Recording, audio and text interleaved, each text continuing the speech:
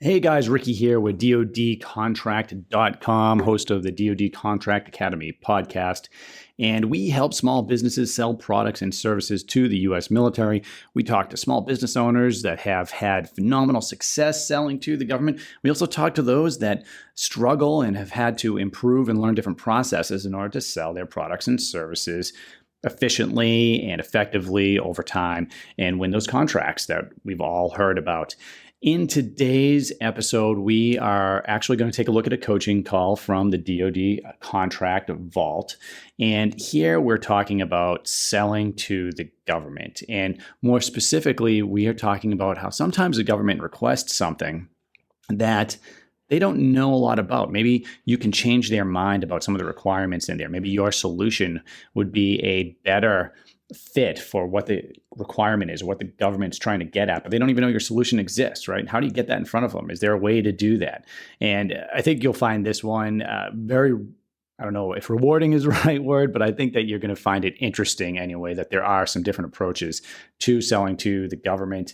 It's a short episode, and sometimes I get in here and I just want to give you guys some quick tips on, what I'm seeing in the market. Because, as you know, if you listen to the podcast, I was an acquisitions officer for the Department of Defense. Now I help companies sell to the government, and I myself sell products and service to the government for a larger defense contractor.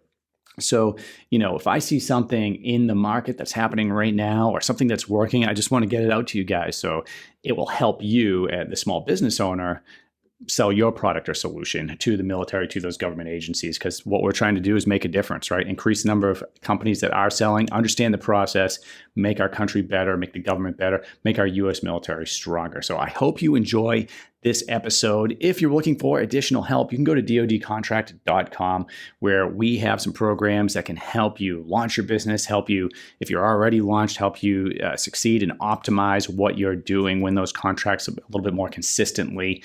And, we love to talk to you. So go on over to the website. We also have a blog. We have some other things there. We'd love to see you. And now on to today's episode.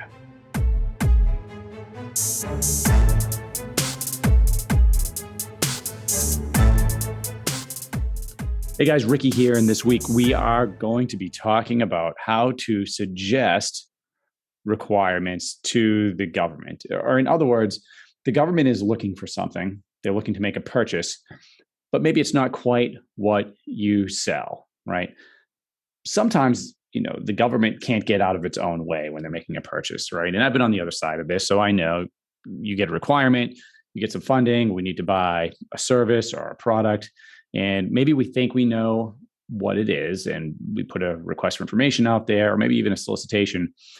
And the reality is that there might be a better solution than what we're looking for. So what we're going to talk about is how to get that in front of them, right? So I'll just give you a quick story just to kind of tell you experience I had this past week and how this might apply. So my wife and I were going out on a Saturday. My car had recently died, so totally dead. So I've had it for a long time, and it was time to get a new car. Now I was dead set. I was just going to go out and buy a Jeep Rubicon. That's what I wanted. I was test driving Jeeps on a Friday, and Saturday when I went out with my wife, her suggestion was, "Hey, let's just go over to the Toyota dealership." Right? And I'm like, I don't want to buy a Toyota, even though I know a Toyota is going to be reliable and all of that. I'm like, well, let's just go and test drive some cars. So we went over to the dealership, and I had a budget too. I knew what I wanted to spend. And we were test driving some pickup trucks. We test drove a few things, but then she saw a 4Runner that was brand new. And of course, keep in mind, my wife knew exactly what the 4Runner was and knew that it also had, some off-road capability that I was looking for. And it's one of her dream cars. She loves that car, or SUV, whatever you want to call it. So that was more than I wanted to spend, right? So that was a level up, this particular 4Runner. I'm like, no. And she's like, well, let's just drive it, right? So we get in and we drive the 4Runner, and I was like, oh no.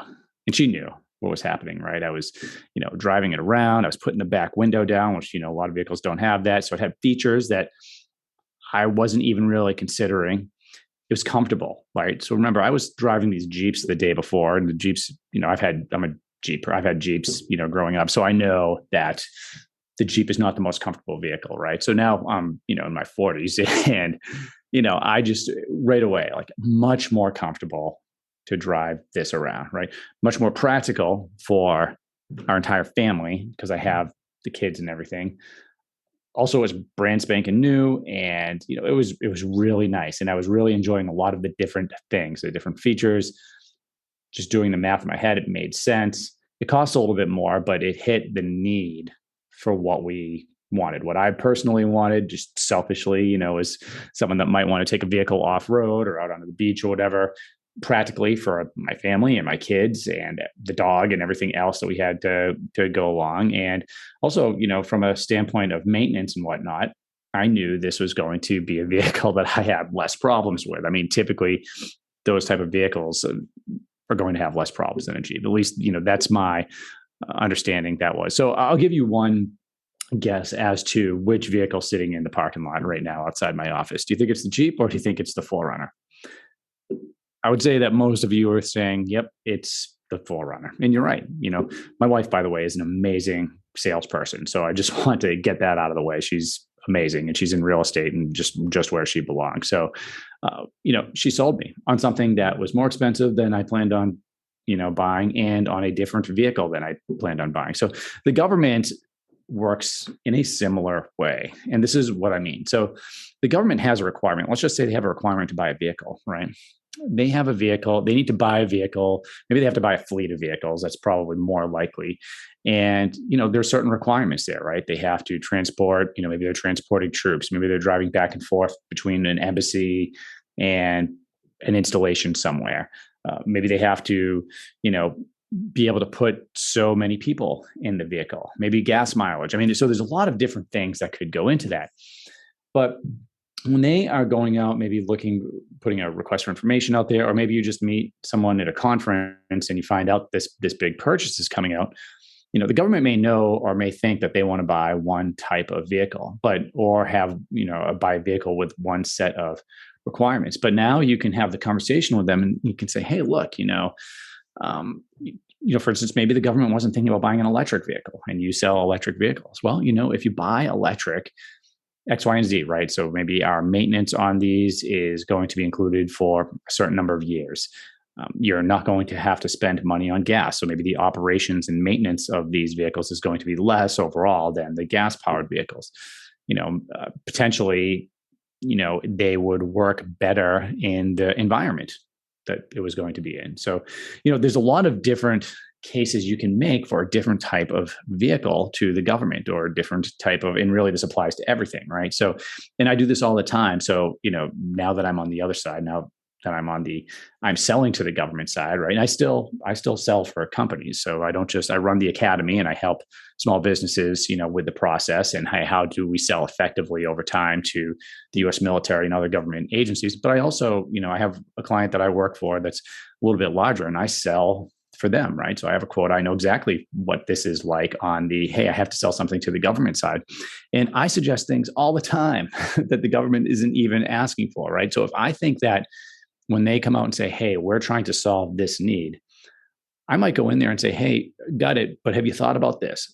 And this is ahead of the solicitation, right? So if you're going to do this, you want to make sure you're not responding to a request for proposal or request for quote and trying to suggest, hey, you need something totally different. At that point, the requirements are set. But when they're in the investigation mode or the market research phase, you can go right in there and be like, hey, government, I sell this type of service. And maybe you haven't thought about it, but this is going to improve the overall results of what you're trying to do. All right. So think creatively. And when you're in that market research phase of what you can do can save the government money, increase the speed of what they're trying to do, increase the effectiveness. There are a lot of different angles on how you can take a look at something and how what you sell, what you specialize in could make that better in some way. And that's the time to really get in there and give that to them. So I know this one was really quick, but again, just wanted to get you thinking creatively. Depending on what you sell, you may be able to go in there ahead of the RFP and suggest these new requirements to the government and you got to get it in front of them, right? So I never would have bought that 4Runner if I hadn't gotten to the vehicle and driven it and saw, that, hey, this does make sense. It's not what I was thinking about. Government's the same way, right? So when they're sending these requests for information out, these sources sought, or even if you just find out a lead from a conversation you have, get in front of the government, set up that meeting, get your presentation in front of them. If it's a product or something that you can actually bring to them, you can bring it in, right? Get it in front of them, get the pictures, get the data in front of them so you can get the program manager and their team thinking, hey, this is another option that maybe we weren't thinking about that can still solve that need, right? That's the time to do it.